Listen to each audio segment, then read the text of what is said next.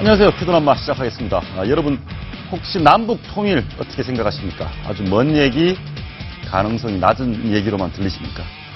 통일에 좀 큰 변수가 생겼습니다. 박근혜 대통령이 평화 통일을 중국과 논의하겠다고 한 겁니다. 그야말로 폭탄 발언일 수도 있습니다. 한국 주도로 또는 중국의 협조와 양해로 남북이 통일을 할 수 있다. 이런 의미로 해석이 되고 있습니다. 박 대통령과 시진핑 주석은 통일에 대해 깊은 의견을 교환한 것으로 보입니다. 잠시 후에 살펴보겠습니다.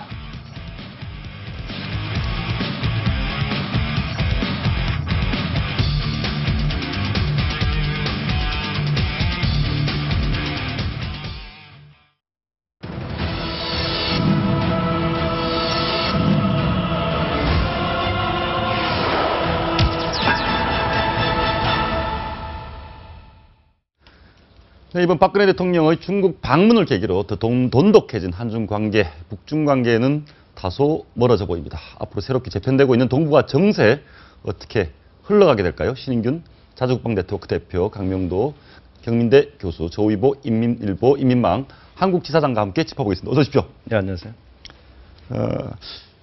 이번에 방중 이후에 한국, 중국 굉장히 친해진 것 같습니다. 지사님께 물어보겠습니다. 실제로 중국 분들이 한국이나 박근혜 대통령에 대해서 어떤 느낌을 갖고 있습니까? 한국에 대해서는 굉장히 우방 국가다, 굉장히 우호적으로 보죠. 예. 박근혜 대통령의 개인에 대해서는 말할 것도 없이 벼다제라고 부를 정도로 굉장히 많이 좋아합니다. 예. 그 이유는 여러 가지가 있는 것 같아요. 예. 우선 박 대통령은 동북아시아에서 최초의 여성 대통령이잖아요. 그렇네요. 예. 굉장히 부드러우면서도 카리스마 있는 그런 인상을 예. 갖고 있습니다. 또 두 번째는 중국에 대해서 굉장히 우호적인 그런 인상을 많이 남겨주셨어요. 예. 중국 문화에 대해서도 조예가 깊으시고요. 예. 그리고 특히 이번 열병식 때 참석을 하심으로써 중국인들한테 엄청난 지지를 보내주신 거잖아요. 예. 그런 점에서 네티즌들은 이렇게 평가를 합니다. 박근혜 대통령이 이번에 중국에 와서 수억 명의 중국 사람들의 마음을 사로잡았다, 얻었다고 평가를 합니다. 예, 그 얻은 결과인지 모르겠지만 한국, 중국 양국의 네티즌들이 만든 영상이 있습니다. 많이 보셨는데 한 번 더 보시죠. 시진핑 주석님을 응원합니다. 시진핑 주석加油, 我们爱你. 시진핑 주석님의 카리스마 넘치는 리더십으로 앞으로도 전쟁 없는 평화로운 세계를 만들어주세요. 한국에서도 주석님을 응원하고 있겠습니다. 화이팅! 经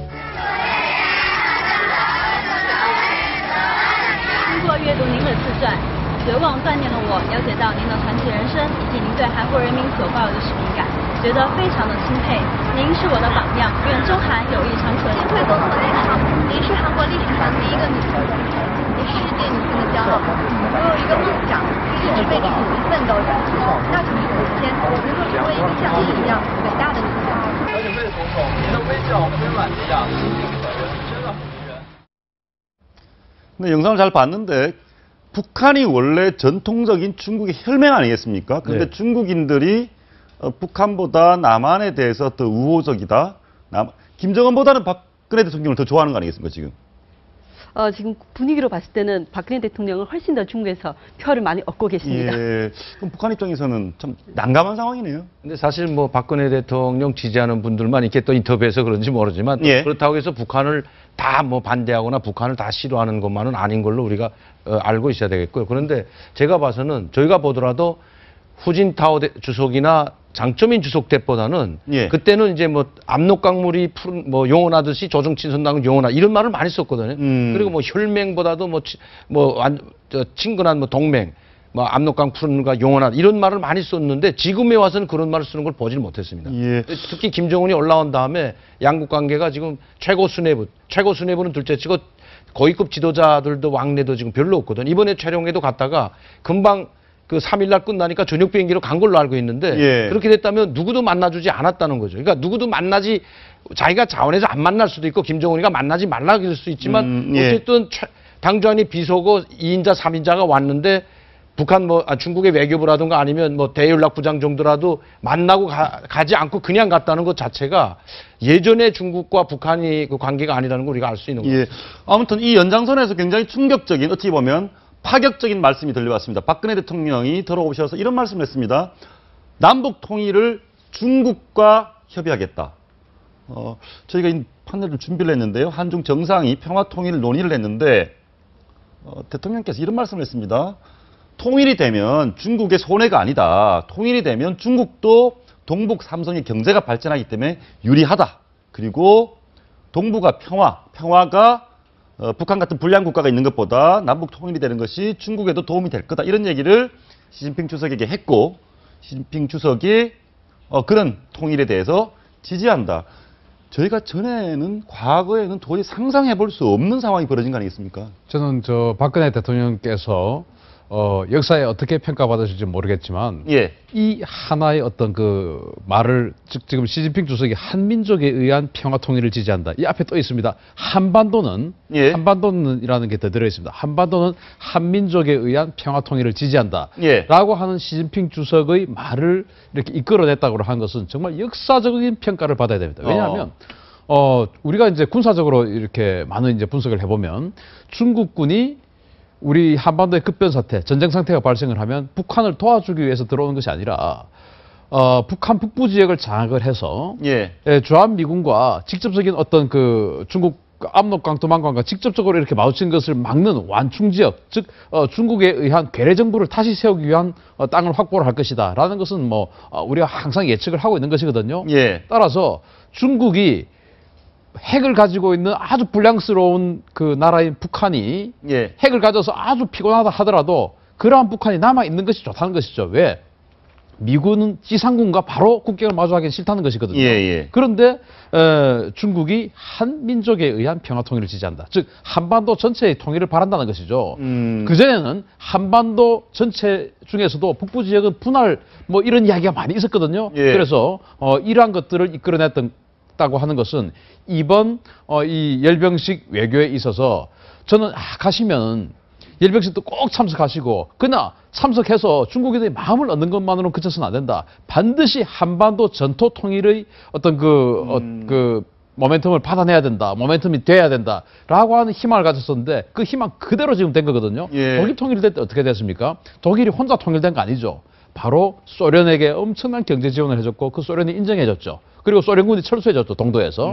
그리고 폴란드가 독일에게 얼마나 많이 짓밟혔습니까? 그 폴란드의 인정을 또 받아냈죠. 또 서쪽으로는 프랑스의 인정을 받아냈죠. 이러한 주변국들의 인정 속에서 통일이 될 수 있었거든요. 우리도 마찬가지로 우리는 독일처럼 가해국에 의해서 가해국이었기 때문에 분열된 건 아니지만 그러나 우리를 이렇게 분단시켰던 당사국들이 우리 주변에 있지 않습니까? 그 주변국들이 또 인정해야 되는 것입니다. 그중에서 가장 큰 영향을 가진 게 바로 중국인데 중국에 의한 평화 통일을 지지했다. 굉장히 큰 사건입니다. 지사장님 어떻게 해석하실지 모르겠는데 저희가 해석은 그렇습니다. 시진핑 주석이 한민족의 한반도 통일을 지지한다 이런 얘기가 굉장히 파격적으로 들리고 반가운 소식이기도 하고요. 저희 해석이 맞습니까? 어떻습니까? 중국의 입장은 어떤 겁니까? 네, 중국 언론에서 공개한 시진핑의 강화 내용을 보면은 중국은 남북이 지속적인 대화를 통해서 관계 개선하는 것을 환영하고 화해와 협력을 추진하고 최종적으로 한반도의 자주 평화 통일을 실현할 것을 원한다라고 표현을 했거든요. 그래서 저는 이 문장에서 생각해 볼 수 있는 것은 자주 평화 통일은 사실은 중국의 일관된 한반도 문제에 대한 일관된 입장이 아닌가 싶습니다. 그래서 그 한반도가 굉장히 중요한 것입니다. 남북의 자주 평화 통일이라는 말보다는 한반도의 자주 평화 통일이 굉장히 중요한 거예요. 한반도라 그래서 압록강, 두만강까지 다 아니겠습니까? 그런데 그전에는 사실 중국이 그 군사작전 계획에 의하면 청천강까지 아니면은 제일 좋은 시나리오는 대동강까지 이렇게 들어와서 어떤 다시 제2의 분단 상태를 만드는 것 이런 것들을 우리가 많이 우려해 왔는데 한반도의 통일이라고 하는 것은 굉장히 중요한 것입니다. 아니 근데 여기서 상당히 중요한 단어가 있는데 우리가 이걸 잘 봐야 됩니다. 한민족에 의한 평화 통일이라고 만약에 그렇게 이야기했다면 남북이 아니고 한민족이다. 북한은 조선민족이라고 쓰고 한민족이라고 쓰는 건 우리 한국이거든요. 만약에 한민족이라는 그 한민족이 아니고 하나의 민족이란 말이에요. 하나의 민족이라 쓰면 이제 우리 지사장님. 지사장님이 말씀한 것처럼 중국의 의미는 남북입니다. 그거는 우리가 이렇게 한민족 하면 우리 국민들이 잘못하게 되면 우리는 한민족이고 북한은 한민족이라는 말 절대로 안 씁니다. 조선민족이라는 말 쓰거든요. 우리는 우리는 한민족이다. 우리는 항상 우리 한국 국민들을 말할 때 한민족이라고 하잖아요. 그런데 북한은 조선민족이라고 해서 한민족이 안 쓰는데 만약시 그렇게 코리아 나시오날이든지 코리아 나시오날이라고 썼다면 이건 엄청난 건데 예. 남과 북에 의한 평화통일 지지라면 특히 또 자주평화통일이라는 말은 솔직히 말씀드리면 북한에서 쏘던 말이기 때문에 북한도 의식했다고 봐야 됩니다. 예. 그런데 저희가 이제 이것을 우리가 남한 입장에서 좀 긍정적으로 보는 이유는 이번 열병식 과정에서 북한은 오지도 않고 최용해가 와서 변두리에 있고 우리나라 대통령이 극진한 환대를 받고 시진핑 주석과 대통령이 매우 밀접하고 화기애애한 분위기에서 통일 얘기가 나왔다는 것은 다소 통일의 중심이 남북한 중에는 우리 남한 쪽에 무게가 좀 더 있지 않느냐라는 뭐 생각을 해볼 수 있는 거 아니겠습니까? 어떻습니까? 저는 그 시진핑 주석의 이 말씀 속에 이 한반도, 한국에서는 한반도라고 칭하지 않습니까? 예. 근데 중국에서는 전통적으로 이 반도를 조선반도라고 칭합니다. 예. 조선반도에서 살고 계시는 분들은 조선민족이라고 칭해왔거든요. 예. 이 땅에서 살고 있는 남과 북의 이게 공동의 민족에 의해서 자주적으로 통일이 이루어져야 된다라는 것으로 이해를 해야 된다고 생각을 합니다. 예. 특정 누군가를 가리켜서 하는 말이 아닌 것 같고요. 남한 또는 북한을 편들어 준 것은 아니다. 그렇죠. 그렇게 봐야 됩니다. 왜냐하면 예. 아까도 말씀드린 한민족이라는 것이 우리가 쓰는 말이기 때문에 저희가 한민족의 평화통일, 야, 우리 한국 국민들을 위해서 평화통일 지지했고 나면 우리로서는 좋지요. 그런데 이제 우리 지사장님 말씀했듯이 이 한민족을 차오센 썼는지 그게 상당히 중요하다. 북한은 중국말로 조선을 북한을 말할 때 차오센이라는 거예요. 조선이라고 하거든요. 예. 그 어떻게 썼는지는 제가 모르겠지만 아마 이제 자주평화통일이라든지 한민족, 남과 북의 한민족을 통틀어서 한민족이라고 했다면 북한도 배려했다고 봐야 됩니다. 예. 근데 이제 저희가 보는 것은 비공식적으로, 공식적으로는 뭐 중국의 입장이 그렇겠지만 대통령께서 비행기 안에서 굳이 말씀을 밝히셨고 시진핑 주석과 대화를 나눴다 이런 걸로 봤을 때 어찌됐건 남북 통일에 대해서 중국의 협조라는 부분이 일정 정도 한 걸음 앞으로 나간 것은 틀림이 없어 보입니다. 일종의 백브리핑이라고 할 수 있는 거 아니겠습니까? 예.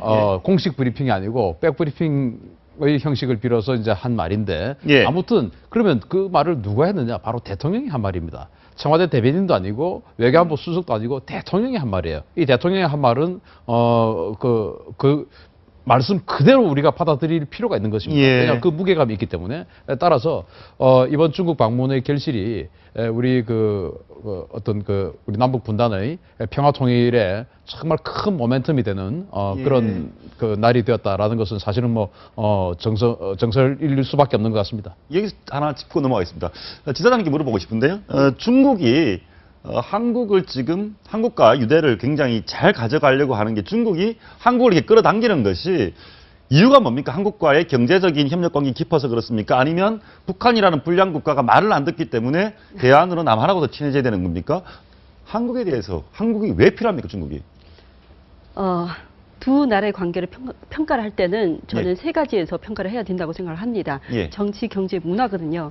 정치, 경제, 문화. 예. 예, 경제적으로 봤을 때는 지금 한중 양국은 이미 뗄래야 뗄 수 없는 그런 관계에 처해 있습니다. 중국은 이미 한국의 최대 교역국이 됐고 그렇죠. 한국도 중국에 있어서는 세 번째로 큰 그런 교역국이 됐습니다. 또 인적 교류를 봤을 때는 작년에 한국을 방문한 중국인이 600만 명이나 됐습니다. 600만 명. 예, 중국 여커 1000만 명의 시대를 바라보고 있거든요. 예. 그렇게 많은 중국인들이 와서 한국에 와서 현지에서 소비한 그 돈이 있잖아요. 예. 한국의 전체 GDP에서 차지하는 비중이 5%에서 6% 정도 된다고 합니다. 엄청납니다. 1000만 명이 된다고 했을 때는 한 10% 정도 차지할 거라고 전망을 하고 있거든요. 예. 그러면 한국 경제의 10분의 1을 중국인들이 기여를 하고 있다는 그 예. 얘기가 되는 거예요. 그래서 여러 가지 측면에서 봤을 때 경제하고 인적 교류에서 봤을 때는 이미 긴밀한 관계가 되어 있기 때문에 정치적으로는 당연히 서로 존중을 하면서 여러 가지 의논을 하면서 이 지역의 평화와 번영을 추진할 수 있는 그런 방향으로 협조가 이루어지지 않을까 싶습니다. 예. 역사의 대세라고 봅니다. 역사의 대세다. 역사의 대세가 그런데 북한 김정은 정권 입장에서는 굉장히 불편할 것 같습니다. 아니 이게 불편한 정도가 아니고 이거는 예. 정말 시진핑 주석이 이제 우리 한국 대통령 박근혜 대통령과 시진핑 주석이 한반도의 통일을 논의했다는 것 자체가 예. 앞으로의 평화 통일을 어떻게 해나가겠다는 그 논의했다는 자체가 시진핑 주석이 상당히 우리를 박근혜 대통령을 배려한 것뿐만 아니고 우리 한국 국민에게도 큰 선물을 줬다고 봐야 된다고 생각합니다. 예. 왜냐하면 한반도의 통일을 논의하는데 남쪽과 북측이 당사자 아닙니까? 북측은 빼버리고 촬영이라도 참여시키지 않고 북측은 완전히 배제하고 한국 대통령, 우리 박근혜 대통령과 시진핑 대통령 둘이서 단독 회담으로 평화통일을 지지했다는 것은 북한이 무시당할 꼴이거든요. 예. 저는 이번에 이 박근혜 대통령이 지금 이 평화통일을 논의했다는 이 발언이 북한 김정은한테는 핵폭탄급 선언이라고 봐요. 아. 중국이 여기 핵폭탄 북한이 터뜨린 것보다 더 큰 엄청난 이 아마 북한이 타격을 입었을 것 같아요. 예. 예. 결국 그러면 이제 중국 입장에서는 남한 전통적 혈맹이 북한을 이제 이렇게 서로 관리하면서 어떤 협상을 해 나갈 것이고요. 한국 입장에서는 사실은 중국과 미국 사이에서 양쪽을 또 협상을 해야 됩니다. 중국과 한국이 매우 가까워지고 통일까지 논의하는 이 상황이 미국 입장에서는 좀 불편하지 않을까요? 어떻습니까? 불편하죠. 예. 미국의 국제 전략은 이 아시아에서도 계속 주도권을 잡기를 원하지 않습니까? 예. 그러면 이제 중국과 이 경쟁을 지금 하고 있는 상황에서 미국이 걱정하는 것은 이런 것입니다. 당연히 만약에 통일이 됐을 때 한국에서 미군 철수를 요구를 한다면 이것은 미국으로서는 정말 이 분단이 되어서 미군이 남아있는 것보다 통일이 되어서 미군이 철수하는 것이 더 미국에게 마이너스죠. 그래서 우리는 이 선택을 잘해야 됩니다. 중국은 통일이 되면 미군이 나가주기를 바라는 예, 것이죠. 그러겠네요. 미군이 나가줘야 통일을 지지하는 것이고 그러겠네요. 미국은 미군이 남아있어야 통일을 지지합니다. 그러지 않으면 통일을 지지하지 않겠죠. 따라서 우리는 이것은 그 두 나라의 이익이 너무나 극명하게 갈려져 있기 때문에 미군은 남아있어야 미국이 지지하고 미군 남아있으면 중국이 지지하는 것이고 이것을 우리가 잘 슬기롭게 어떻게 할 것인가. 혹시 그럼 이런 상황도 가능할 수 있겠네요. 남북한이 중국과 미국의 동의하에 통일이 됐는데 미군은 철수하고 이 통일 한국이 바로 붙어 있는 경제적으로 인적 교류가 많은 중국과 친중국화 돼버린다. 그러면 미국 입장에서는 굉장히 곤란하다 이런 말씀이죠. 굉장히 곤란하죠. 그래서 예. 그럼 미국은 왜 이 한반도에 미군이 남아 있기를 원하느냐 하면은 정치 외교 행위의 마지막 단계가 전쟁 아니겠습니까? 전쟁의 마지막 단계는 상대 수도의 깃발을 꽂는 것입니다. 깃발을 꽂고 정권을 교체시키는 것입니다. 예. 그러면은 과거에 미국과 소련이 경쟁을 할 때는 서독이 모스크바에서 제일 가까운 미국의 동맹 지역이었습니다. 그래서 서독에게 엄청난 경제 지원을 하고 서독에 엄청난 지상군을 배치를 시켰죠. 예. 그때는 이 대한민국은 모스크바와는 너무나 먼 지역이기 때문에 대한민국은 사실은 2선이었습니다. 그러나 예. 미국과 중국이 지금 경쟁을 하는 입장에서 만약에 미국이 베트남을 활용한다. 베트남에서 베이징까지 갈 수 있을까요? 못 갑니다. 어마어마하게 넓은 강을 두세 개나 건너야 되는데 안 됩니다. 그러면은 베이징에서 한국이 제일 가깝죠. 따라서 예. 이 어떤 경쟁국의 주변에 지상군을 배치할 수 상륙작전을 하지 않고 지상군을 배치할 수 있다는 것 이것은 엄청난 군사적 이익이거든요. 중국에는 반대로 엄청난 위협이 되겠죠. 따라서 저는 어떻게 할까 예. 생각을 해봤는데 제 나름대로 아이디어를 하면 주한미군을 배치하기는 하되 지상군은 빼고 공군력만 배치를 하는 것으로 공군력과 예. 해군 어떤 그 사령부만 배치를 하는 것으로 한다면 중국도 위협이 덜할 것이고 미국도 어느 정도 인정을 할 것이 아니냐 뭐 그런 생각도 너무 이제 해봤습니다. 많이 나간 이제 상상을 해보게 되는데 중국 입장에서는 미국을 잠재적 적이라고 일반 국민들이 생각을 합니까? 저렇게 적까지라고 생각을 하진 않고요. 적까지는 아니다. 일종의 경합의 관계라고 보는 거죠. 미국은 최대 경쟁자이면서 또 협력해야 할 대상이다. 라고 생각을 하는 겁니다. 예, 협력해야 될 대상이다. 네, 제가 이제 신익희 대표님 아주 중요한 말씀을 하셨는데 미국과 중국이 다 중요한데 문제는 북한이 어떻게 변하는가에 따라서 미국이 뭐 북한을 변하지 말라고는 못하거든요. 그렇죠. 근데 북한을 변화시키는 중요한 위치에 있는 게 바로 중국이기 때문에 이 박근혜 대통령이 지금 한반도 평화 통일을 가지고 시진핑 주석과 말했다는 것은 미국을 의식하지 않아서가 아니고 중국이 이 북한을 변화시킬 수 있는 최대의 힘을 가지고 있고 위력을 가지고 있는 나라는 미국이 아니고 바로 중국입니다. 왜냐하면 예. 지금 이번에도 제가 북한에서 들어온 소식에 의하면 아직도 북한에 있는 장마당 400개의 장마당의 80% 이상이 중국 상품입니다. 그러겠죠. 네, 그러니까 예, 중국 예. 상품이기 때문에 우리도 그럼 이게 마찬가지입니다. 뭐냐? 마트 가면 교두보가 12개가 있어요. 압록강부터 두만강까지 약 12개가 정도가 있는데 지금도 가보면요. 물자가 걸로 엄청 많이 들어가요. 자동차가 하루에도 수십 대씩 예. 들어가고 그렇기 때문에 이걸 만약의 경우 아무리 북한이 러시아하고 가깝다 하더라도 중국이 만약에 마음만 먹게 되면 얼마든지 변화시킬 수 있는 힘은 중국에 있다는 거죠. 이번에 하여튼 뭐 중국이 열병식을 통해서 굉장한 무력을 과시했는데 군사 전문가 입장에서 보시기에 미국보다는 확실히 떨어진다? 뭐 미국이 워낙 강력한 중국보다 압도적인 미국의 강력한 무기들이 많이 있지 않습니까? 그렇죠. 이번 열병식을 많은 언론들이 중국의 군사 굴기다. 사상 최대의 열병식이다. 이제 많이 나온 이제 예, 그 그렇죠. 언론의 예. 꼭지가 그렇습니다. 사상 최대의 그 열병식 또는 군사 굴기 뭐 이런 그 이야기들 많이 하는데 저는 그 중국의 열병식을 할 때마다 계속 유심히 봐왔습니다. 제가 본 바에 의하면 이번 열병식은 사상 최소의 열병식입니다. 사상 최소다. 그렇습니다. 그리고 군사적으로도 굉장히 굴기하지 않았습니다. 아주 겸손하게 억제했습니다.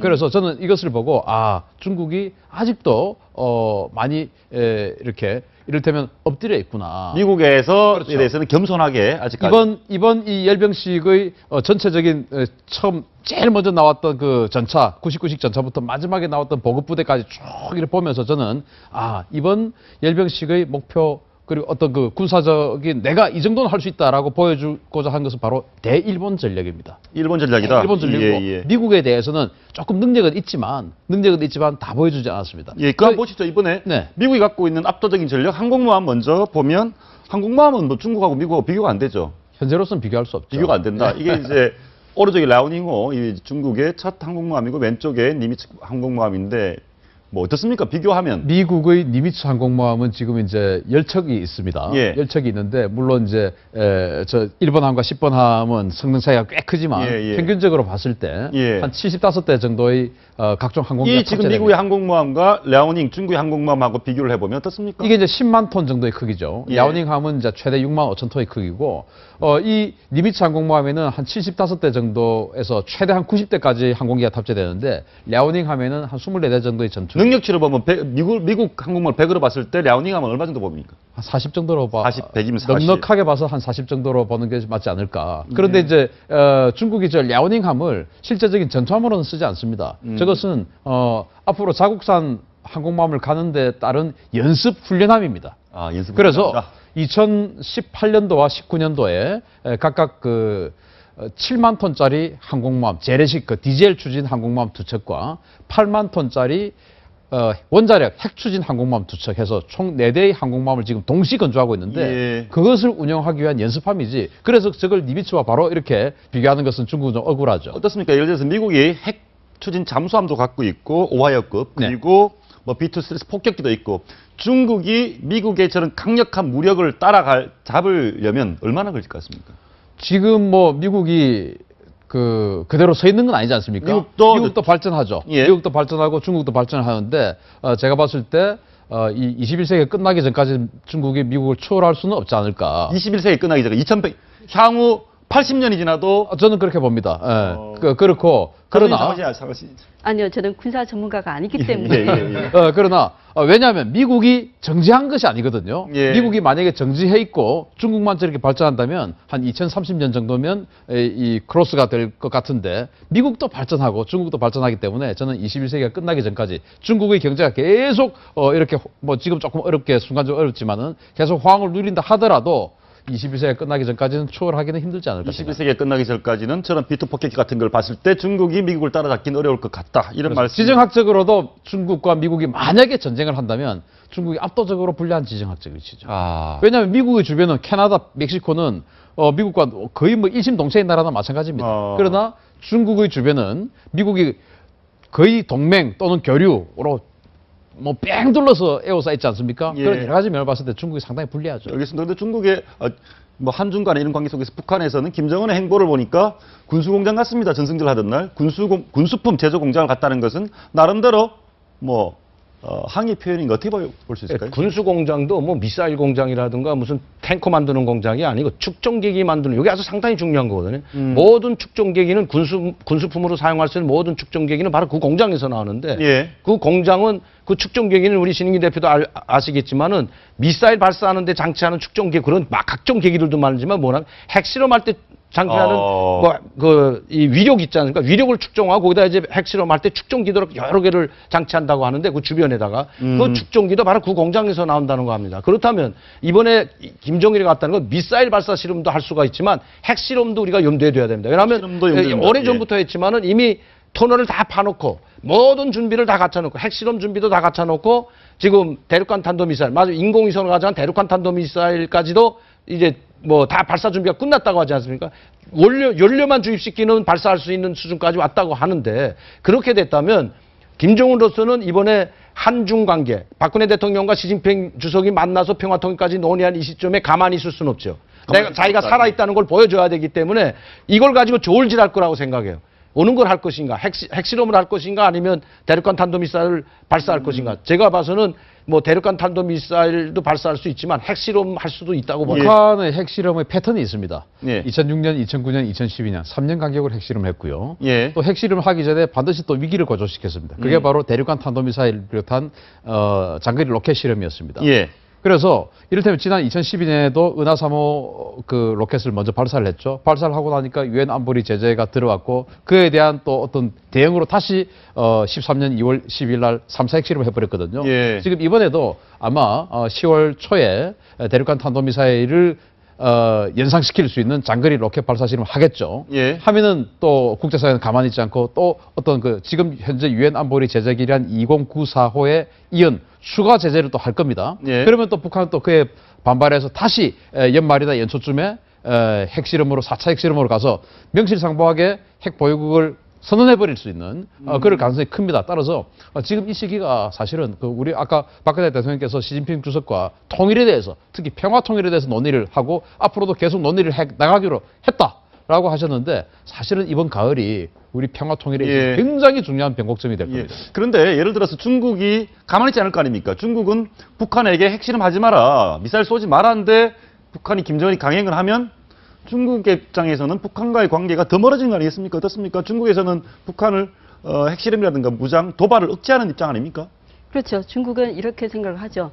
한반도에 있어서 그 어떠한 무력 시위 행위, 예. 그러니까 이 한반도의 긴장을 고조시키는 행위를 전부 반대한다라는 예. 입장을 고수를 하고 있죠. 예, 그러면 중국이 북한에서 취할 수 있는 게 뭡니까? 뭐 기름도 안 주고 이렇게 뭐 경제 제재를 합니까? 어떻게 합니까? 중국이 지난번 2012년 그 은하 3호 로켓 발사와 13년 3차 핵실험 때 보여줬던 것처럼 그렇게 미진하게 나가서는 안 됩니다. 왜냐하면 은하 3호 로켓 발사를 했을 때 유엔 안보리에서 북한 제재를 논의할 때 중국이 계속 거부를 하는 바람에 그 유엔 안보리 제재 계란이 엄청나게 늦게 나왔습니다. 예. 핵실험을 했을 때는 신속하게 했지만 이번에는 그러면서도 여러 가지 금융 제재까지 들어갔지만은 중국이 사실은 기름도 대주고 뭐 식량도 대주고 했지 않습니까? 예. 그래서 이번에 만약에 정말 4차 핵실험과 장거리 로켓 발사 실험을 한다면 지난번처럼 그렇게 중국이 이를테면 좀 북한의 사정을 봐주는 쪽으로 나온다면 북한은 그야말로 핵 보유국이 될 수밖에 없는 갑자기 상황. 그 생각이 나는데 지금 선전인가요? 그 중국의 북한에 굉장히 나선신가요? 예, 엄청난 홍수 수해놨는데 예. 그래서 중국이 좀 안 도와줍니까? 어떻습니까? 인도주의 차원에서는 중국은 도와줘야 될 것 같아요. 근데 지금 예. 중국이 도와준다는 거 이야기도 없고요. 노동신문에 또 나올 거는 아마 중국에서 식량을 지원하든지 무슨 장비나 설비를 지원해 준다면 노동신문에 기고라도 하겠는데 그런 건 전혀 없고 오히려 북한에서 중국에 손을 내밀지 않는다고 합니다. 그러니까 북한에서 북중 관계가 얼마나 관계가 지금 소원해지고 러시아 쪽에서 지금 지원 장비들이 들어오고 있다는 이야기가 있고 러시아 쪽에서 원인을 대주고 있다는 이해가 있기 때문에 북중 관계는 그만큼 상당히 지금 악화 일로를 걷기 예. 때문에 김정은이 시진핑 주석이나 중국의 눈치를 보지 않고 이번에 대륙간 탄도미사일이라든가 아니면 핵실험을 할 수가 있다는 거죠. 예. 어찌됐건 대륙간 탄도미사일이 됐건 핵실험 할 거라고 보시는 거네요. 그 할 거라고 보는 것은 국방부 장관 예. 그리고 국방부 차관 이런 어떤 그 아주 많은 정보를 취합해서 분석하고 그것을 판단할 수 있는 사람 그 위치에 있는 사람들이 지속적으로 이야기해 온 것이니까 예. 제가 굳이 판단하지 않아도 그분들의 입을 통해서 이미 지금 계속 하고 있는 예. 이야기이기 때문에 저는 상당한 정보를 가지고 있다고 생각합니다. 예, 미국의 북한 전문 웹사이트 38로스 여기 봤더니 실제로 미사일을 발사할 수 있는 보이십니까? 이렇게 화염 배출구 근처에 있는데 발사 준비를 하고 있는 모습입니다. 네. 저렇게 해서 저기서 뭐 위성을 쏘는 겁니까 일단? 저기서는 위성을 쏘았다고 하는데 지난번 은하 3호 때도 그 예. 은하 3호의 머리 꼭대기에 광명성이라는 그 위성이 얹혀져 있었다라고 했지 않습니까? 그렇죠. 그러나 그것이 작동되고 우주에서부터 북한으로 어떤 신호가 가고 있다는 증거는 지금 그 어디에도 없습니다. 즉 뭔가는 올렸지만은 그 껍데기는 위성처럼 생겼지만 위성은 아니었던 것이죠. 그래서 예, 예. 지금 북한이 가지고 있는 한 1.3톤 정도 될 것으로 추정되는 핵탄두를 운반할 수 있는 뭔가 어떤 그 정도 무게의 물체일 뿐이지 위성은 아닐 것이다. 지금 쿠기도 예. 2012년도에서 발사했던 운하 3호보다 지금 쿠기가 상당히 크고 연료도 많이 들어가는 좀 더 그 크기 멀리 갈 수 있는 대륙간 탄도미사일을 발사하지 않나 그렇게 지금 의심들어가고. 그래서 북한이 미사일, 대륙간 탄도 미사일을 쐈을 때 중국이 어떻게 대응할지도 한번 지켜봐야 될 포인트인 것 같습니다. 오늘 말씀 감사합니다.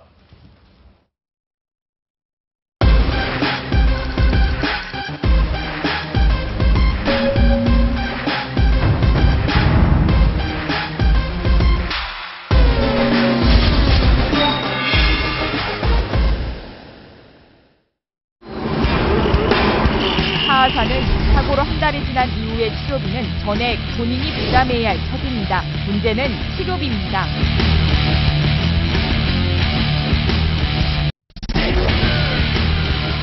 골프는 하지 마라. 시대착오적인 생각입니다.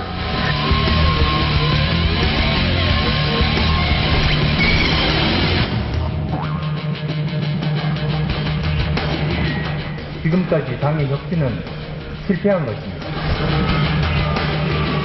안철수 대표님 말씀은 이렇게 성급하고 무례하게 이야기하시는 것은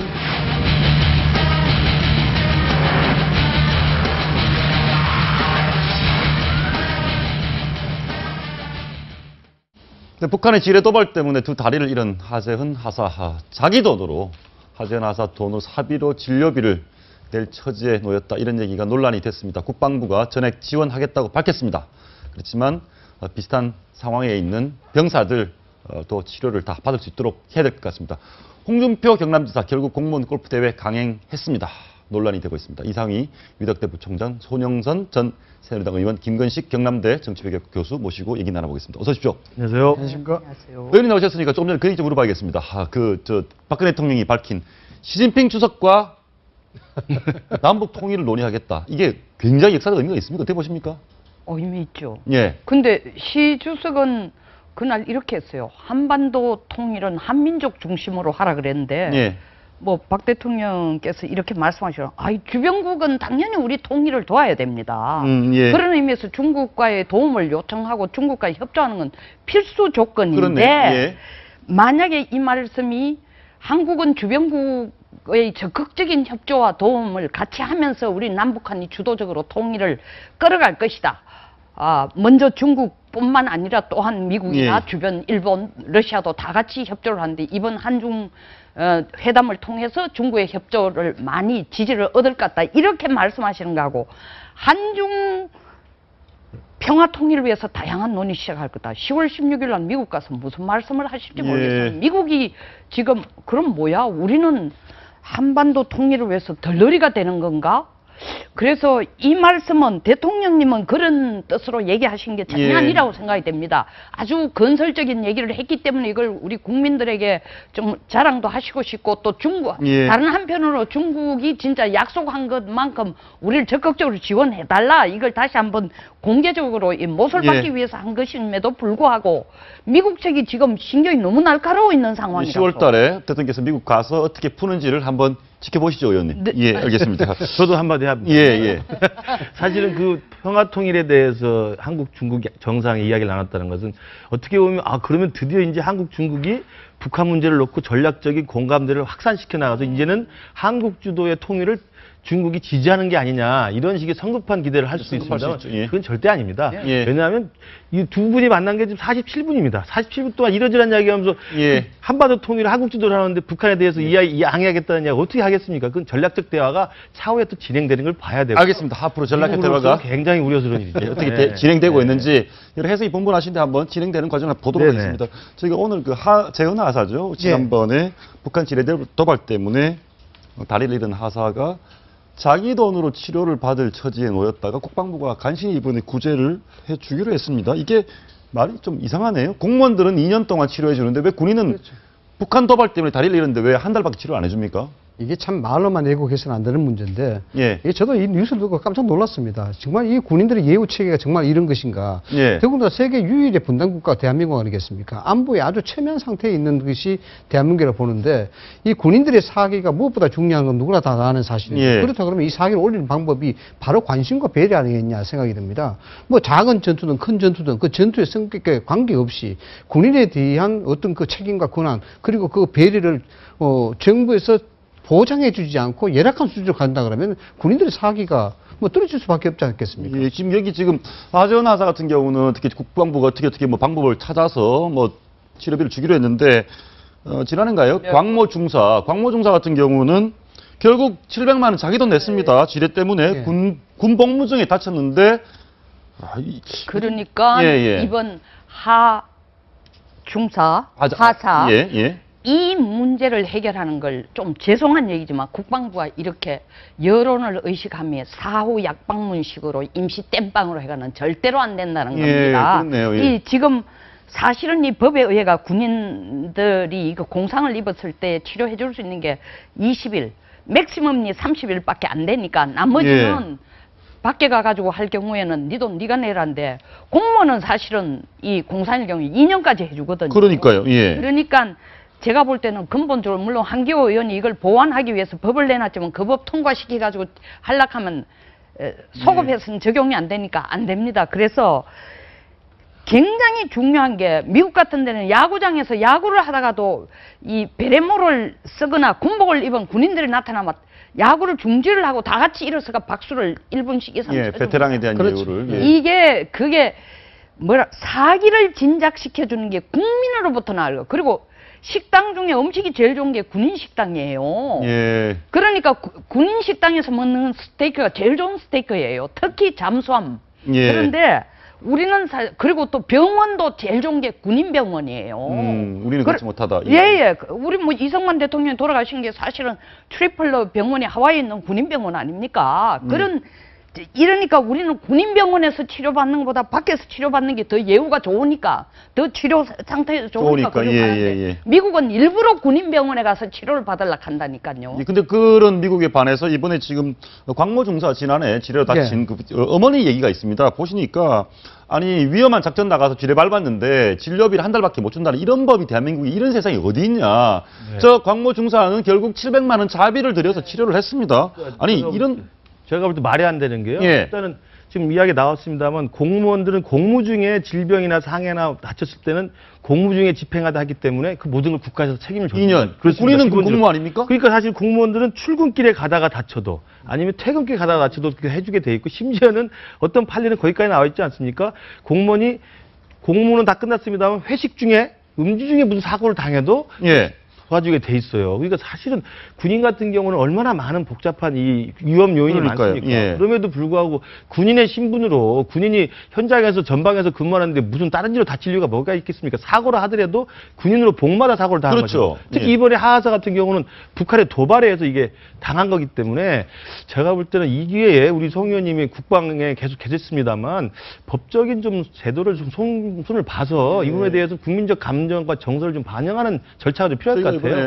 미국 아까 말씀하셨으니까 미국은 그 인상 깊은 영상이 새벽에 대통령이 나가서 몇십 년 전 전사 유해에 경례를 붙입니다. 지금 나오고 있는데요. 이게 오바마 대통령이죠. 그렇죠. 아프간 사태에서 전사한 장병들. 전사 장병이 오는데 대통령이 새벽에 나가서 저렇게 사실은 유해차가 유해관이 들어오는 데에 대통령이 나와서 직접 거수 경례를 한 거는 오바마가 처음입니다. 왜냐하면 그 전에 많은 이제 묻을 때나 뭐 하여튼 기념식이나 이런 데 가서는 부시가 저런 데를 부지런히 쫓아다녔는데도 사실은 유해차가 올 때 나간 거는 오바마가 처음이에요. 우리도 뭐 저 정도는 아니더라도 좀 이렇게. 저 정도라기보다도요. 저는 사실 이런 뉴스를 들으면은 아마 저뿐만 아니라 다른 분들이 많이 화가 났을 거예요. 왜 화가 났냐 그러면은 이게 뭐 지금 오늘 어제 일이 아니거든요. 이게 예를 들어서 뭐 우리 가까운 비근한 예를 연평 대전 때 그때 2002년도부터 시작해서 그 수많은 어떤 격전을 치러서 그 수많은 예. 장군들이 다치고 숨져갔는데 그때는 이런 얘기 없었습니까? 다 있었던 얘기죠. 예. 있었던 얘기인데 사실 말로만 하고 애국은 안 한다는 거죠. 그 당시 그 충분히 바꿔야 되는 얘기도 그때 당시에 있었습니다. 그런데 아직까지 못 바뀌거든요.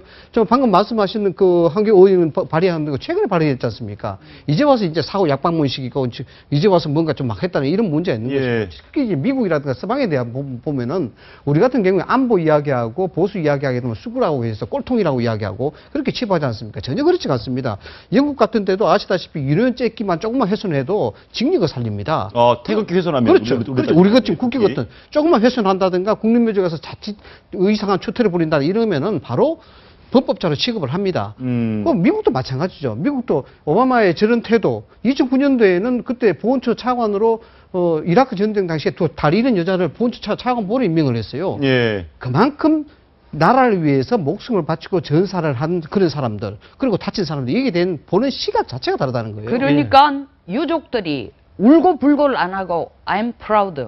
나는 자랑스럽다. 그렇죠. 국가를 위해 내 아들이 죽었기 때문에 나는 자랑스럽다 이런데 우리나라는 자랑스럽다고 얘기할 수 있는 상황이 못 돼. 내 돈 들여서 치료해야 네네. 어떻게 자랑스럽다니. 그런 게 이제 우리나라의 이제 분단 이후의 역사 속에서 이제 군사 독재라고 하는 이제 시간을 지나면서 일반 국민들 사이에 군인 복무라고 하는 것에 대한 부정적 시각이 있었던 것이 이제 과거의 역사였습니다. 그러나 지금은 전혀 그렇지 않지 않습니까? 예. 민주화된 지가 30년인데 그러면 이제 정당하게 또 당연하게 나라를 지키는 복무를 하고 있는 건데 거기에 대해 충분히 애우를 해야 되고요.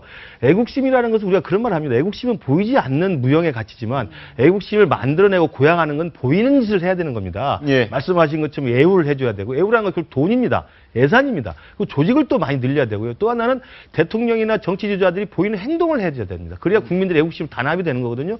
미국 같은 경우는 다민족 국가고 다문화 사회입니다만 유나이티드 스테이트 그 국민이라고 하는 자기들의 똘똘똘 뭉친 이 정체성이라는 건 뭐냐면 애국심이거든요. 예, 그 애국심이 목숨을 걸기도 하기 때문에 저는 그 부분은 정치 지도자나 또는 여러 가지 보이는 입법 절차를 통해서 눈에 보이는 행동과 제도를 통해서 보이지 않는 애국심을 만드는 여의도 계신 국회의원분들이 내년 총선만 생각하지 말고 이런 법 좀 빨리 좀 바꿔서 좀 밝혔으면 좋겠습니다. 사실 오늘 논란이 된 사건이 하나가 있습니다. 예, 홍준표 경남지사입니다. 홍준표 경남지사께서 공무원 골프 대회를 개최하셨는데요. 뭐라고 말씀하시는지 한번 들어보시겠습니다. 우리 공무원들이 사기가 많이 죽었어요. 예?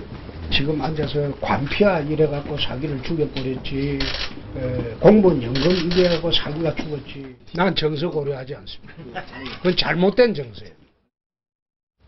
어떻습니까? 골프라는 것이 많이 대중화도 됐고 해서 공무원들하고 골프 대회 하는 게 뭐 탁구나 무슨 상관이냐, 무슨 차이가 있느냐, 이런 말에 대해서 어떻게 보십니까? 저는요, 저 말씀 듣고 제가 생각하는 게 역시 홍준표 지사 나온 그 고집이 세다고 보는데요. 예. 저 생각은 뭐 맞을 수도 있습니다. 맞을 수 있는 건 뭐냐면 자기가 도지사라서 자기의 도지사 밑에 있는 부하로서의 공무원을 위하는 생각은 맞아요. 그러나 도지사는 공무원들을 위한 수장의 역할만 하는 게 아니고 전체 경남 도민, 자기 유권자 전체 도민들을 대표하는 사람이에요. 그러면 자기가 수족처럼 부리는 공무원들을 위해서 사기 진작을 하고 관피하러 갈 데도 없고 이리저리 욕먹고 연금이 깎였으니까 사기 진작 찾아서 골프를 하겠다? 공무원 자체에 대한 생각을 가상할 수 있으나 자기가 공무원만의 대장이 아니고 전체 유권자로서의 경남 도민의 이 대표라는 것을 제가 볼 땐 착각한 것 같습니다. 사실은 이 논란이 되게 된 게 과거 홍준표 지사의 발언 때문입니다. 2008년도에 한나라당 원내대표 시절에 골프에 대해서 일침을 놓으셨거든요. 그렇죠. 그 영상 한번 준비했습니다. 보시죠. 서민을 자처하고 농민의 아들임을 자처하는 전직 대통령이 경기도 골프장을 통째로 빌려가지고 또 골프 파티도 했어요. 그 전직 대통령의 행각으로서는 아주 부적절한 행각입니다. 그런데 그런 문제를 집중적으로 부각을 시켜가지고 더 이상 국민의 눈살 찌푸리게 하는 그런 행동, 발언, 그거 못하도록 하세요. 저 발언이 나오게 된 배경은 이번과는 좀 차이는 있습니다만 어찌됐든 2008년도에는 골프에 대해서 골프가 사치스럽고 다소 부정적인 시각을 갖고 있었던 분이 한 8년 됐나요? 8년 사이에 굉장히 골프 대중화, 그새 골프 대중화가 많이 됐습니까? 네, 뭐 골프 대중화가 된 것도 있지만 뭐 사실은 공무원들이 사기가 죽은 게 아니고 저 지사님 자신이 지금 사기가 좀 많이 깔아앉았으니까 뜻 본 김에 제사 지내는 것도 있죠. 왜냐하면 홍 지사님이 워낙 골프를 좋아하시는데 지금 뭐 많이 여러 가지로 불편하니까. 미국 갔다가도 골프가 문제죠. 많이 불편하니까 골프는 치고 싶은데 칠 수 있는 방법. 저는 아까 뭐 우리 교수님이 말씀하신 것처럼 공무원만 아니라 국민까지 생각해야 된다고 하셨는데 그나마 뭐 골프 치는 게 잘못됐냐? 잘못되지 않았습니다. 그게 객관적인 멘트로는 절대로 잘못된 게 아니에요. 근데 만약에 이게 비난이 안 되려고 하면은 다 네 돈 내가지고 골프 쳐라 그러면 25만 원씩 내가 그린피를 냈으면은 도경비 가지고 무슨 1등 300만 원, 2등 200만 원 이건 안 하셨어야 비난거리가 없는데 그 돈 몇 푼 안 내는 600만 원을 또 도경비로 내니까 그 앞에 피켓을 든 사람들이 뭐냐면 내 세계음 가지고 누구 무슨 상금 주지 마라 왜 그런 거리를 만드는지 나는 이해가 안 가요. 저는 이렇게 생각합니다. 제 문제는 좀 더 심각하게 좀 생각하는데 일단 첫 번째로 홍준표 지사가 생각하시는 부분이 매우 잘못됐다라고 봅니다. 뭐냐 그러면은 골프 그 자체가 문제는 아닙니다. 말씀하셨다시피 골프 운동이 좋은데 그 공직자 입장에서는 골프가 좋지만 보편 타당하냐 하지 않느냐를 봐야 되는 것입니다. 골프가 지금 사회적으로 과연 보편 타당한 운동으로 사회에 인식이 되어 있느냐라는 문제인데 이 보편 타당하다 안 하다의 문제이기 때문에 여기 위배되기 때문에 사실 골프는 적절하지 않다라고 보는 겁니다. 법이 아니라 그렇죠. 이게 정서에 대한 부분이죠. 그다음 그 부분 두 번째는 이야기는 방금 말씀하셨는데 홍준표 지사님이 공무원의 사학이 많이 떨어졌다 그러는데 절대 저 사고도 잘못된 겁니다. 바꿔주셔야 되는데 공무원들은 사기로 일하는 것이 아니고 사명감으로 일하는 겁니다. 왜 사기를 이야기하십니까? 이게 무슨 기업도 아닌데 왜 국민의 세금을 받고 국비를 받아서 일을 합니까? 그 사명감 때문에 이야기하는 것이죠. 그 자체만 하더라도 국민을 위해서 국가를 위해서 봉사할 수 있는 그런 특혜를 가지고 있는 것이에요. 그런 부분은 매우 적절하고 도지사로서는 있을 수 없는 그런 발언을 하신 건데 골프를 좋아하시는 것 같아요. 그래서 노무현 대통령의 골프에 대한 부분, 그 당시 정치적 환경 때문에 그런 얘기 할 수 있습니다. 그러나 저것이 바로 메시지 충돌이라고 이야기합니다. 흔히 이야기하는 지도자들의 메시지라는 것은 일관성을 갖춰줘야 됩니다. 그러면 바뀌어졌을 때는 그 당시 상황이 왜 제가 이 말을 해야 되는지에 대해서 분명하게 이야기를 하고 짚고 넘어가야 되죠. 그 당시에는 골프가 이랬었는데 지금은 골프가 이랬다라고 이야기해야죠. 대중화가 됐으니, 그러니까 한 가지 말씀해 지금은 지사님으로 지도자님을 또 그때는 정치인이었습니다. 정치인들 말 바꾸기는 아침 다르고 저녁 다른 게 뭐. 제가 볼 때는 이제 지사님 같은 경우는 아까 그 노무현 전 대통령이 이제 골프 파티를 벌인 거에서 지적하면서 적절한 처신을 해야 된다. 부적절한 처신해서 안 된다고 이야기했는데 제가 볼 때 지금 홍준표 지사가 부적절한 처신일 수밖에 없는 게 지금 다 아시는 것처럼 성완종 로비 사건에 연루돼서 검찰 수사를 받고 있지 않습니까? 그리고 또 도민들과 국민들의 지금 눈살을 찌푸리게 하고 있는 건데 그리고 또 그 받은 돈에 대해서 또 용처를 이야기하면서 또 많은 또 이상한 사실들이 드러나가지고 사람들 또 놀래키기도 했는데 법적으로 판단 안 났습니다. 그러니까 수사 중인데 수사 중인 사람이면 조금 더 신중하고 또 차분하고 근신해야 되는데 골프를 아무리 치고 싶더라도 공무원 골프 대회라고 그래서 아까 말씀드린 것처럼 도비까지 투입을 해서 그리고 또 왜 취재는 거부하고 왜 명단은 공개를 안 합니까? 당당하면 또 밝힐 필요도 있죠. 우리 의원님께서는 뭐 홍준표 지사님하고 잘 친하시기 때문에 말씀하시기가 좀 부담스러운 면도 없지 않아 있으리라 생각이 드는데 이게요. 우리가 한 번 더 짚고 넘어가야 될 부분이 있습니다. 공무원들은 사실 가혹하리만큼 깨끗해야 되는 건 사실입니다. 그게 추구해 나가는 것이거든요. 우리가 또 반초에 보면 조선시대부터 청백리 제도가 있었지 않습니까? 우리나라 지금 현재에서도 1981년도에 청백리 제도가 만들어져 있습니다. 청백리라는 것이 뭐겠습니까? 항상 깨끗해야 된다. 그리고 보편 타당해야 된다. 그에 대해서 모범을 보여라는 것이거든요. 그러나 그 지방자치의 지사를 역임하시고 계시는 분이 이 공무원들의 사기를 빌미로 해서 보편 타당하지 않은 저런 행동을 한다는 것은 저는 매우 부적절하다라고 말씀을 드리겠습니다. 알겠습니다. 그런데요, 본인께서 뭐 여러 가지 뭐 구설수도 올라섰고 하셨으니까 좀 처신을 바로 하시는 게 좋겠는데 아무튼 법적으로 골프 대회 하는 자체가 뭐 법을 위반한 건 아닙니다. 사실은 진짜 좀 지금 논란이 있는 것은 야당 얘기인데요. 안철수 의원께서 혁신은 실패했다라고 했더니 김상곤 혁신위원장이 화가 굉장히 많아졌습니다. 김상곤 혁신위원장 얘기 한번 들어보시겠습니다. 안철수 전 대표께서 혁신위원회와 이제 우리 당에 대해서 고언을 한 것은 전 대표를 하신 분으로서 사실상 우리 당 위기에 일말은 이제 책임이 있으리라고 보는데도 불구하고 그렇게 성급하고 무례하게 이야기하시는 것은 무책임한 그런 면이 있지 않느냐 이런 생각을 합니다. 말은 완곡하게 하셨지만 안철수 의원에 대해서 무례하다. 심지어는 그런 얘기도 했습니다.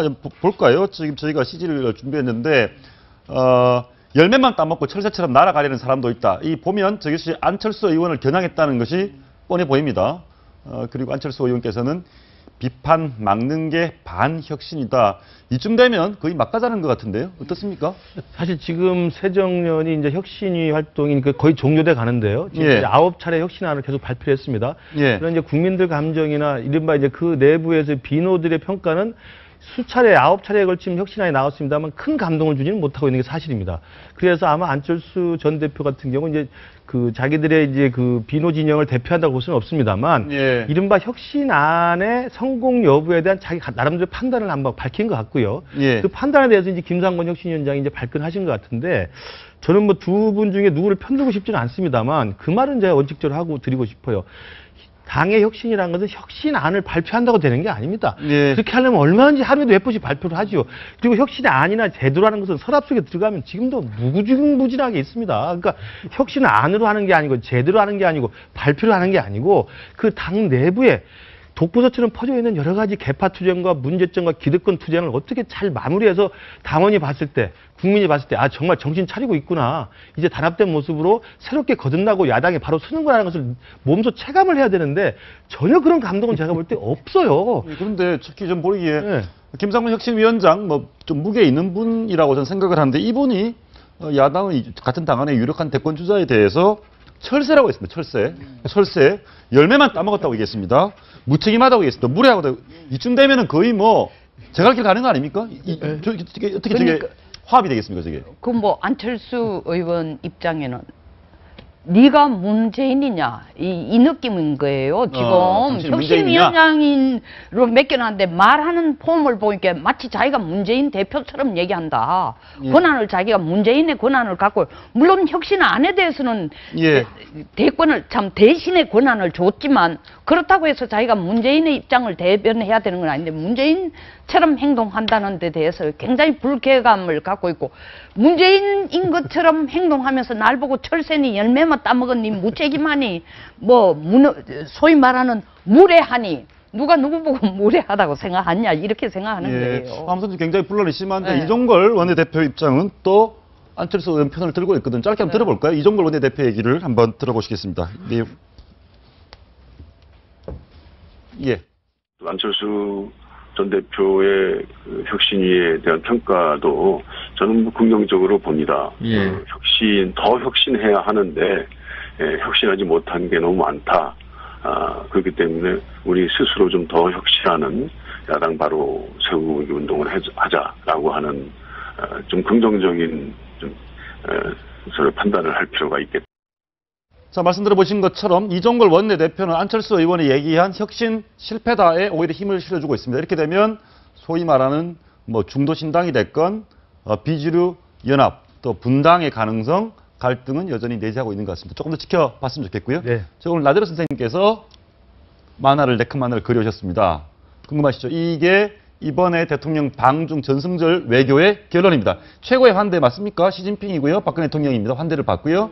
그 다음에 세상에 공짜 점심은 없다고 합니다. 대통령께서 중국에서 밥을 먹었거든요. 그리고 시진핑 주석이 대통령에게 공짜는 아니다면서 명세선지 영수증인지 뭔지 모르지만 좋습니다. 내용을 봤더니 청구서. 예, 한국에 한국에 사드 배치하지 마시오. 뭔가 중국도 우리 한국에 요구하는 것이 있다. 그렇게 봐셔야겠죠? 당연하죠. 예. 네네. 사실은 뭐 주한 미군들도 제일 신경 쓰는 게 중국에 요번에 나온 것 중에서 예. 젠 21C가 사실은 참 동풍 21C가 사거리 1800km 되는데 이게 우리가 사드를 배치해도 그것과 다 막을 수 있는 거예요. 예. 그러니까 자기들은 사실 우리 보고 사드를 배치하지 마라 할 수 있는 권한이 전혀 없죠. 그렇게 보면. 그렇죠. 그럼에도 예. 불구하고 우리 보고 사드를 배치하지 마라 그러니까 10월 16일 날 정말 대통령께서 가실 경우에 그 부분도 참 큰 숙제로 지금 남아있어요. 예, 우리가 대통령께서 미국 가서, 중국 가서 굉장히 환대를 많이 받으셨는데 어쨌든 우리도 요구할 게 있지만 중국이 우리한테 요구할 것도 반드시 있는 것 그렇군요. 같습니다. 그러니까 사실은 이번에 이제 전승절 참석이나 이제 눈에 볼 것도 많고 눈요깃거리가 많으니까 사람들이 그걸 많이 집중하는데 동북아에서 지금 한반도를 둘러싼 미중 간의 세력 각축을 보면 그렇게 지금 간단하게 환호하고 지금 열거할 때가 아닙니다. 예. 10월 16일 당장 대통령이 워싱턴 가서 지금 무슨 이야기를 해야 될지, 워싱턴 가서 우리가 뭘 줄 수 있을지, 또 워싱턴에서 기분 나빠하고 불편한 걸 우리가 어떻게 설득할 수 있을지는